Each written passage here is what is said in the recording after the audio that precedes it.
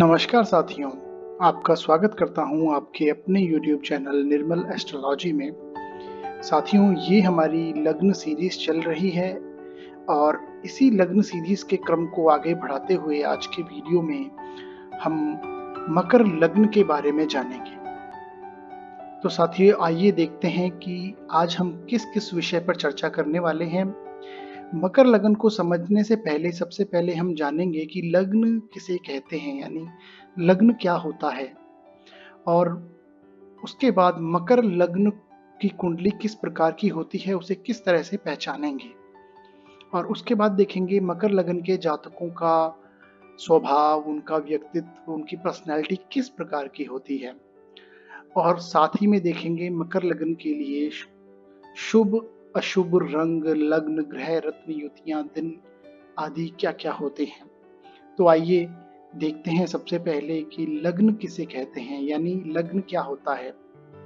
साथियों, किसी भी जातक की कुंडली में उसका लग्न सबसे महत्वपूर्ण बिंदु है, यानी लग्न बहुत ही इंपॉर्टेंट टॉपिक होता है।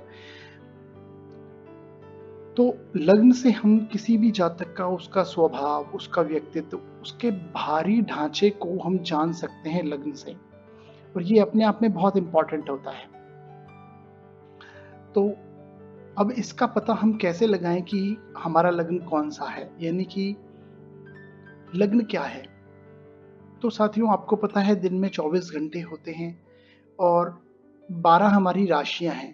तो यदि इसे डिवाइड करें तो हर 2 घंटे में पूर्व दिशा से एक नई राशि उदय होती है, और जिस समय बच्चे का जन्म होता है उस समय पूर्व दिशा में जो राशि उदय हो रही होती है या हो चुकी होती है, वो राशि उस बच्चे का लग्न बन जाती है।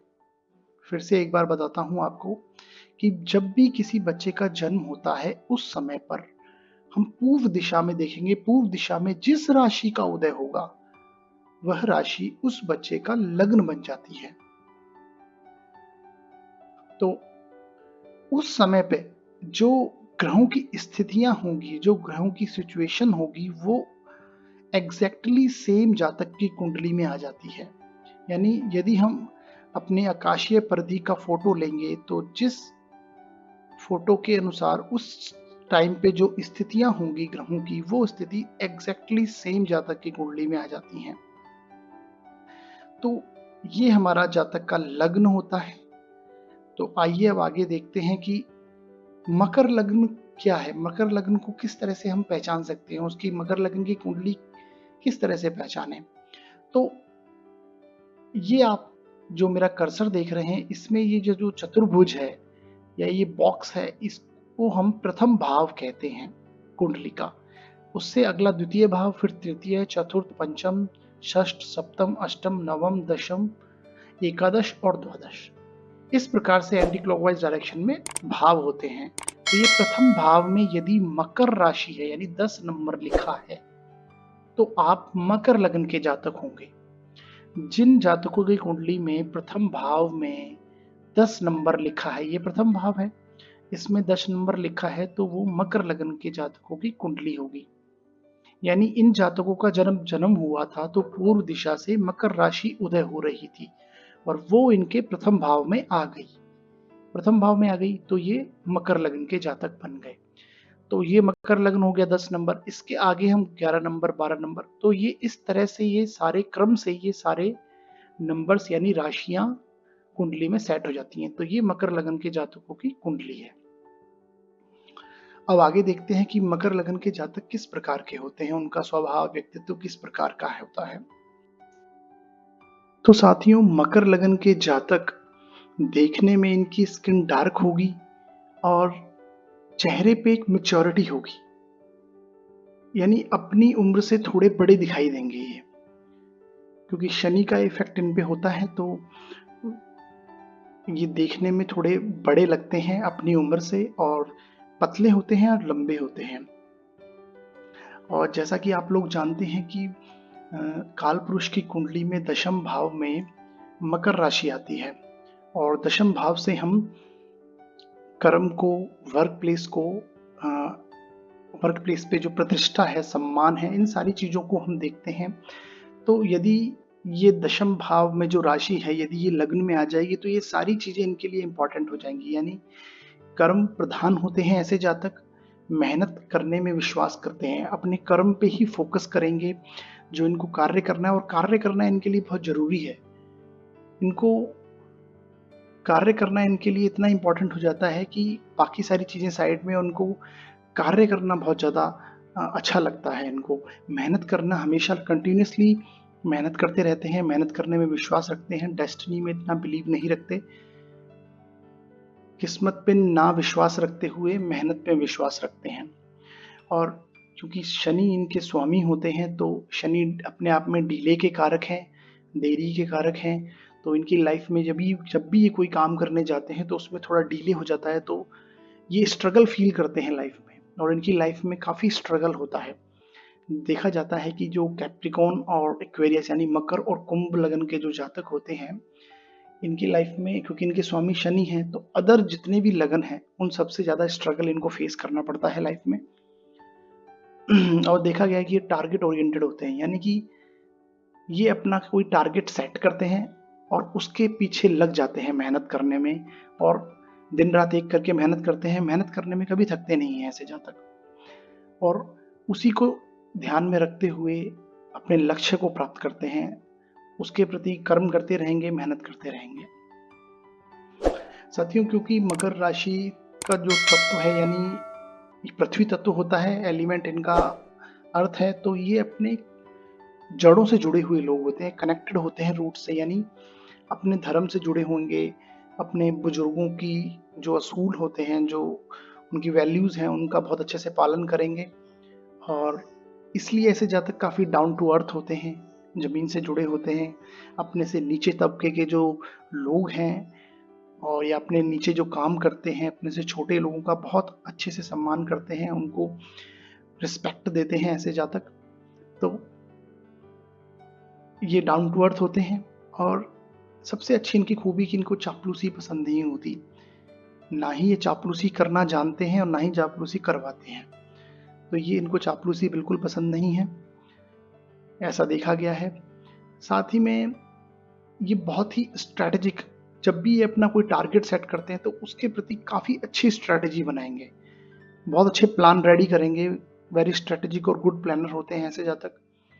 तो उस प्लान के अकॉर्डिंगली वर्क करते हुए अपने टारगेट को अचीव करते हैं। इसी प्रकार ये क्लेवर होते हैं काफ़ी, यानी चालाक हैं, क्योंकि इन्हें पता है कि किस आदमी से हमें किस तरह से काम निकलवाना है, कौन सा आदमी कहाँ काम आएगा, तो उनसे किस तरह से बात करनी है, कैसे उनसे हमें अपना काम निकालना है। इस मामले में ये अपने बहुत ही चालाक होते हैं, अच्छे होते हैं, क्योंकि इनको टारगेट अचीव करना है और टारगेट ओरिएंटेड होते हैं। तो टारगेट अचीव करने के अंदर ये जो भी सिचुएशन आती है उसको अपनी चालाकी से हैंडल करते हुए आगे बढ़ते हैं। और देखा गया है कि कर्म स्थान में इनकी जो राशि आती है, तुला राशि आती है, शुक्र की राशि। ये दशम स्थान है, यहाँ पे कर्म भाव होता है, यहाँ पे तुला राशि है।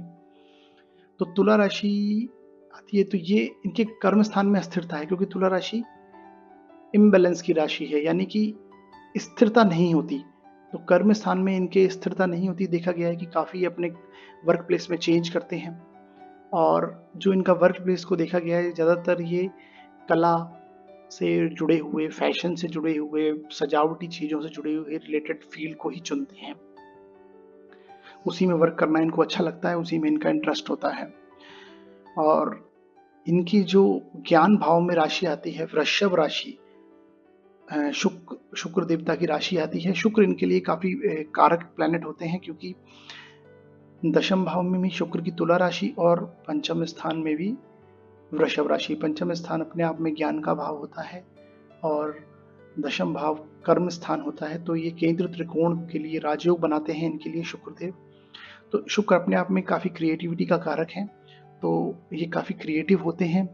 इनको कोई ना कोई शौक होता है, हॉबी होती है इनकी। यंग एज से ही इनको काफ़ी कोई ना कोई शौक होता है, जिसके कारण ये अपने आगे आने वाले टाइम में जाने जाते हैं उसी शौक के कारण। क्योंकि इनके संतान पक्ष यानी कि जो पंचम भाव है इसमें वृषभ राशि आती है, तो देखा गया है कि इनकी संतान पक्ष काफ़ी मजबूत यानी धनवान होती है, रिच होती है। ये ज़्यादातर देखा गया है ऐसी केसेस में। और इनके लिए कोई ना कोई लेडी लक होता है, या तो इनके साथ जुड़ी हुई कोई भी महिला, या तो इनकी माँ, बहन, वाइफ, कोई भी इनके लिए काफ़ी लकी होते हैं। लेडी इनके लिए लकी होती हैं। अपनी बहन से जब इनके बहन के साथ ये रहते हैं या फिर बहन से मिलते हैं तो इनके लिए कोई ना कोई अच्छी घटनाएं घटित होती हैं। लक इनका साथ देता है। ऐसा ही देखा गया है, जब भी इनकी लाइफ में इनकी मैरिज होगी या फिर मैरिज के बाद इनकी लाइफ में चेंज आता है, बहुत अच्छी ग्रोथ करते हैं ऐसे जातक। और ये भी देखा गया है कि इनकी सडन चेंज आता है लाइफ में, यानी कि एकदम से ग्रोथ करने वाले इंसानों में आते हैं मकर लगन के जातक। हम कभी-कभी देखते हैं कि कभी कोई जातक को अब काफ़ी स्ट्रगल कर रहे होते हैं लाइफ में और अचानक से ऐसी पोजीशन पे होते हैं कि हम विश्वास भी नहीं कर सकते। तो इस प्रकार का इनका लाइफ में चेंज होता है। और जैसा कि मैंने बताया आपको कि इनके जो वर्क प्लेस में ये कला को, फैशन से रिलेटेड चीज़ों को चुनते हैं, कोई ना कोई शौक होता है इनको इन चीज़ों का, तो कला की समझ इनमें ऑटोमेटिक होती है। आर्ट को समझने की इनमें क्षमता होती है। और यदि मैरिज की बात करते हैं, जहाँ तक मैरिज की बात है, तो ये काफ़ी कैलकुलेटिव मैरिज लाइफ जीते हैं, काफ़ी एडजस्टमेंट वाली लाइफ जीते हैं, क्योंकि इनके जो मैरिज का भाव है, सप्तम भाव में चंद्रमा की राशि आती है कर्क राशि, और ये खुद शनि देव इनके स्वामी होते हैं। तो इनके जो आपस में वैचारिक मतभेद रहेंगे, हमेशा विचार कभी नहीं मिलेंगे इनके, क्योंकि कर्क राशि अपने आप में इमोशनल राशि कही गई है, इमोशनल होती है काफ़ी, और ये हमेशा प्रैक्टिकल लोग हैं, काफ़ी मेहनत करने में विश्वास रखना है। तो उस प्रकार इनके जो विचार हैं वो कभी मिल नहीं पाते विचार, तो वैचारिक मतभेद रहता है इनसे। और देखा गया है कि इनके पति या पत्नी अगर मेल हैं तो इनकी पत्नी काफ़ी छोटी होंगी, और पति हैं, सॉरी, पत्नी अगर वो फीमेल है तो इनकी पति काफ़ी छोटे मिलेंगे, कम से कम 6, 7, 8 साल छोटे होते हैं इनके पति या पत्नी। तो ये थे मकर लगन के बारे में कुछ उनके जो गुण हैं या फिर उनकी जो कमियां हैं, ये आपने देखी। अब आगे देखते हैं मकर लगन के लिए कुछ बेसिक पॉइंट्स कौन कौन से होते हैं। तो मकर लगन को यदि देखें, जो कि फर्स्ट हाउस में 10 नंबर यानी कि मकर राशि होती है, तो मकर राशि के जो स्वामी होते हैं वो हैं शनिदेव, जैसा कि मैंने आपको भी पहले बताया था। और इनके तत्व हैं वो पृथ्वी तत्व होता है। और मकर राशि का स्वभाव चर स्वभाव होता है, यानी कि चलायमान। और इनके आराध्य देव होते हैं शनिदेव, लक्ष्मी माँ और विष्णुदेव, इनके आराध्य देव होते हैं। इनके अगर ये इनके आराधना करते हैं तो इन्हें काफ़ी बेनिफिट होता है इनसे। इनके जो शुभ रंग हैं वो है नीला और सफ़ेद और हरा। नीला, सफ़ेद, हरा इनके लिए बहुत अच्छे कलर होते हैं, इनको धारण करना चाहिए इन्हें। और जिन रंगों से इन्हें दूर रहना चाहिए वो है पीला और लाल, अशुभ रंग होते हैं इनके लिए।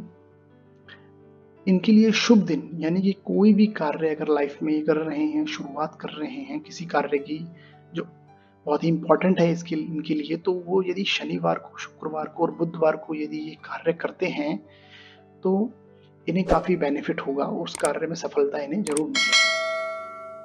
इसी प्रकार जिन लगन के जातकों से इनकी मित्रता रहती है वो है मित्र लगन है इनके। पंचम भाव में आने वाली जो राशि होती है वृषभ राशि, तो वृषभ लगन के जातकों से इनकी काफी अच्छी दोस्ती होगी। इसी प्रकार नवम स्थान में आती है कन्या राशि, तो कन्या राशि जब सेंटर में होगी, यानी कन्या लगन के जातकों से इनकी काफी अच्छी मित्रता होगी। इसी प्रकार तुला लगन के जातकों से, जो कि दशम भाव में राशि आती है इनकी तुला राशि, तो तुला लगन के जातकों से इनकी काफी अच्छी मित्रता होती है। और सुख भाव में आने वाली राशि मेष राशि, तो मेष लगन के जातकों से इनकी काफी अच्छी बनती है।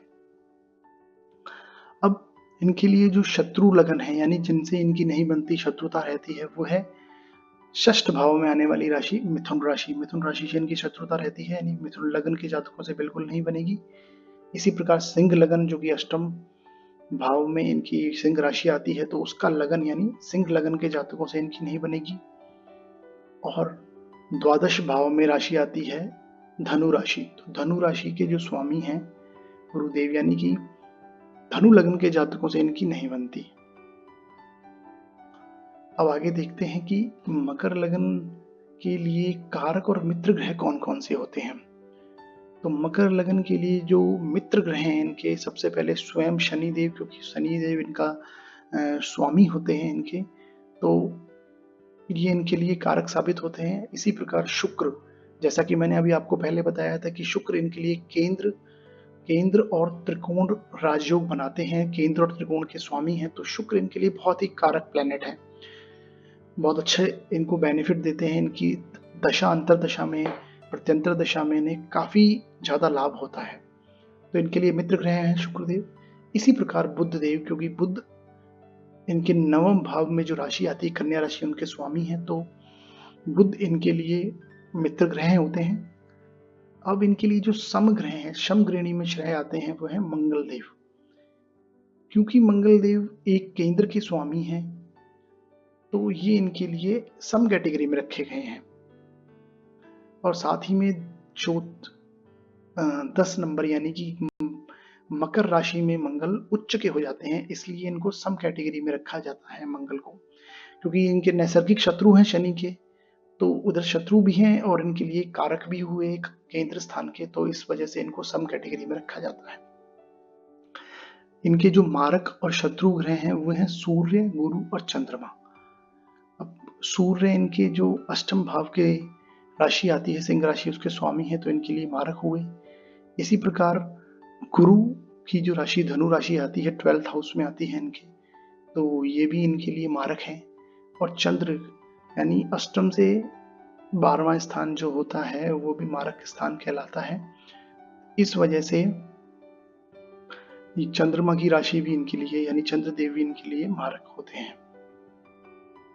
इनके लिए जो शुभ रत्न है वो है, कारक ग्रह जितने भी होते हैं उनके रत्न, यानी कि शनि का रत्न नीलम इनके लिए शुभ हुआ, शुक्र का रत्न हीरा या ओपल इनके लिए शुभ होता है, और बुध का रत्न पन्ना इनके लिए शुभ रत्न होते हैं। साथियों, जब भी हमें रत्न पहनना होता है तो हमें किसी अच्छे एस्ट्रोलॉजर से, अच्छे विद्वान से सलाह लेनी चाहिए, फिर हमें ऐसे रत्न धारण करने चाहिए उनकी सलाह के अनुसार।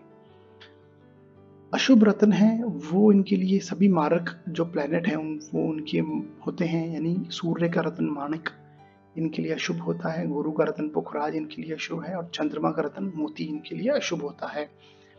यदि ये गलती से भी इनको धारण करते हैं तो इन्हें काफी लॉसेस होते हैं, मानसिक तौर पे भी और शारीरिक रूप से भी। अब देखते हैं कि जो मकर लगन के लिए शुभ युतियां कौन कौन सी होती हैं। मकर लगन के लिए शुभ युति आती है सबसे पहले शनि देव और बुध देव की, क्योंकि शनि इनके लग्नेश हैं और बुध इनके नवमेश हैं, तो शनि और बुध की युति इनके लिए काफी अच्छी लाभदायक रहती है।